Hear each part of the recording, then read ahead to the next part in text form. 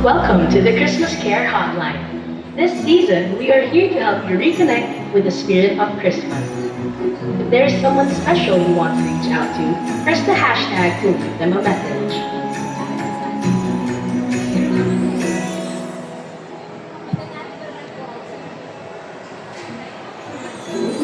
Hi, Mama.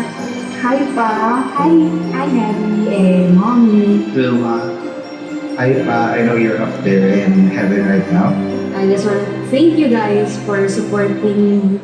Tawarin mo kami na hindi kami nakauwi. Kahit marami kami. Alam ko nag-iisa ka lang. Gusto ko talaga. Kaya lang may pamilya na ako dito sa Manila.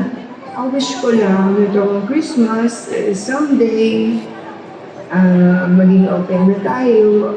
Alam ko ba, panibagong buhay na nandyan from Qatar to Italy. Miss na kita, ano? Ang gusto ko sana, kahit walang gift, gusto ko makasama kita.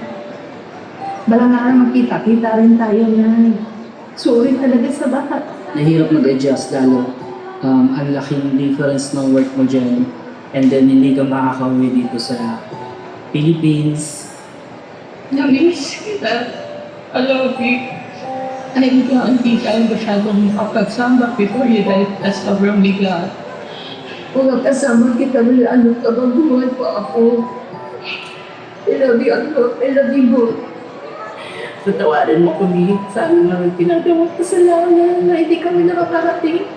Sana kapag pinto na makakapagpit ang iyong wish na makita yung mga ibang pamangkin ko, may kasal ko.